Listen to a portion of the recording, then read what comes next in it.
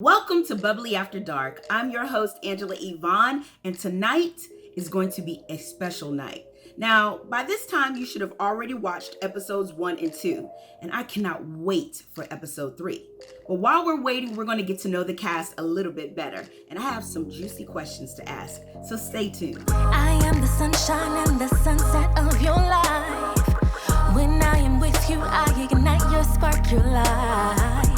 Our love is not new, we have known many lifetimes. Look at me, can't you see I'm your bubbly brown sugar? Welcome back, and I hope that you grabbed a little beverage and a little snack while we jump into these questions. Now, who should I ask the first question to? I know, I'll ask Tamela Baldwin. She is the executive producer and she plays Jewel. Tamela, God told Jewel to break up with her boyfriend. Now, you don't hear that every day. What do you think that this means for Jewel? Hey, what's up, Angela? That is an amazing question. So, Jewel decides to leave her current situation, her current love, actually, for this guy she's dreaming about, because she was receiving these messages from the unseen.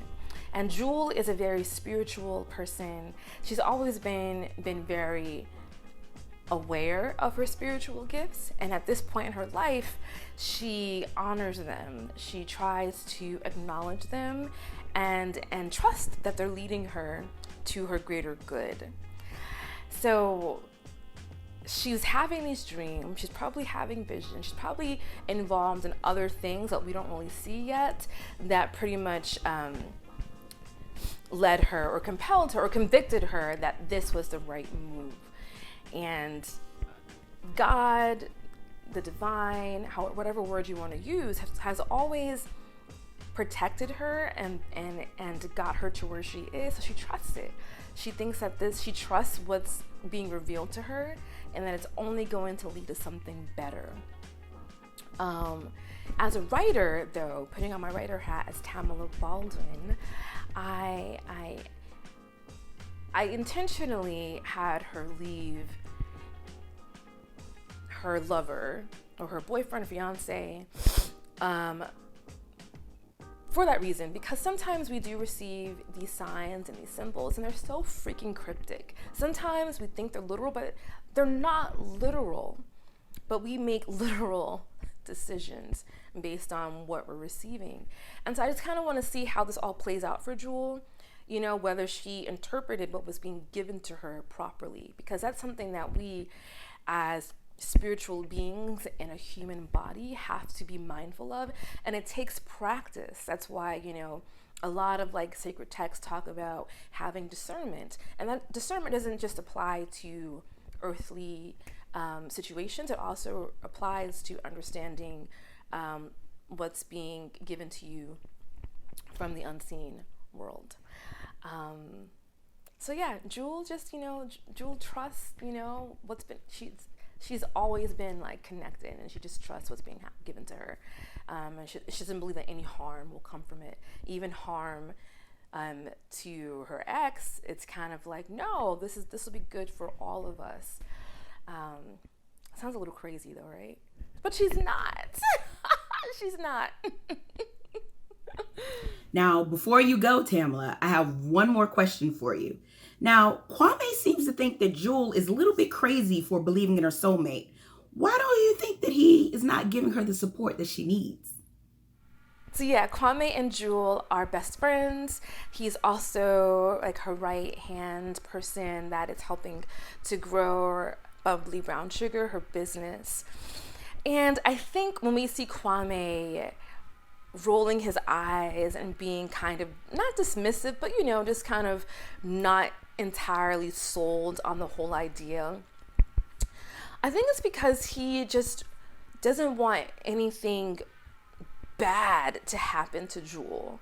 He doesn't want to see her experience undue pain, and making these drastic decisions, it just doesn't makes sense to him. And so he's frustrated because in a sense he kind of wants to protect her, as a best friend, as a homie, and just simply as like a man. I think that is innately a role that he wants to take on, and he can't really protect her when she's making these decisions that in his mind don't really make sense. So I think it's more that. It's more like she's being outrageous. She's making these decisions that can have really, really harmful effects, and I can't do anything about it. And I wish that I could do something about it, but since I can't, it's all right. It's like, all right, let's pick on her a little bit. Let me roll my eyes to express my dissatisfaction. Yeah, I think it's more that. You know what I'm saying? Because I think that, he knows Jewel very, very well. And so I don't think that he doesn't believe her, but it's more about he just wants to protect her and he can't. And so we'll see how that maybe impacts the relationship moving forward. Jennifer, you play Kimmy, Jewel's best friend. Now, what were your thoughts when she told you she broke up with Gabe for her soulmate? And would you have done the same? Hi, my name is Jennifer Figuereo, and I play Kimmy. What were my thoughts when Jewel broke up with Gabe because of her soulmate? I honestly think that she's a little crazy. Gabe is a very nice guy, very hot, just to let you know, sexy as hell. And here comes Jewel breaking up with him because of a guy that she has dreams about. She really, really does believe that this guy is real and that he is her soulmate. Very silly move. But on the other hand, will I have done the same? Yes, I will have done the same because I do believe in the power of manifestation and also on soulmates. So, I will have waited a little longer for the soulmate to actually appear physically, and then I will dump the other guy, my boyfriend. But this other imaginary soulmate is not there. He's not present yet. So I don't know if he's alive, or I don't know if he's in the other half of the world, but that's Jewel for you. That's what she does. Manifestation. Blindly manifestation. Bye. Hi, Verta. You play Takara, and I heard that this was your very first time acting. Walk us through this experience. Hello, beautiful people. I am Verta. I play Takara on Bubbly Brown Sugar. And yes, this was my first time acting in a web series, being on a set in this way, and it was amazing.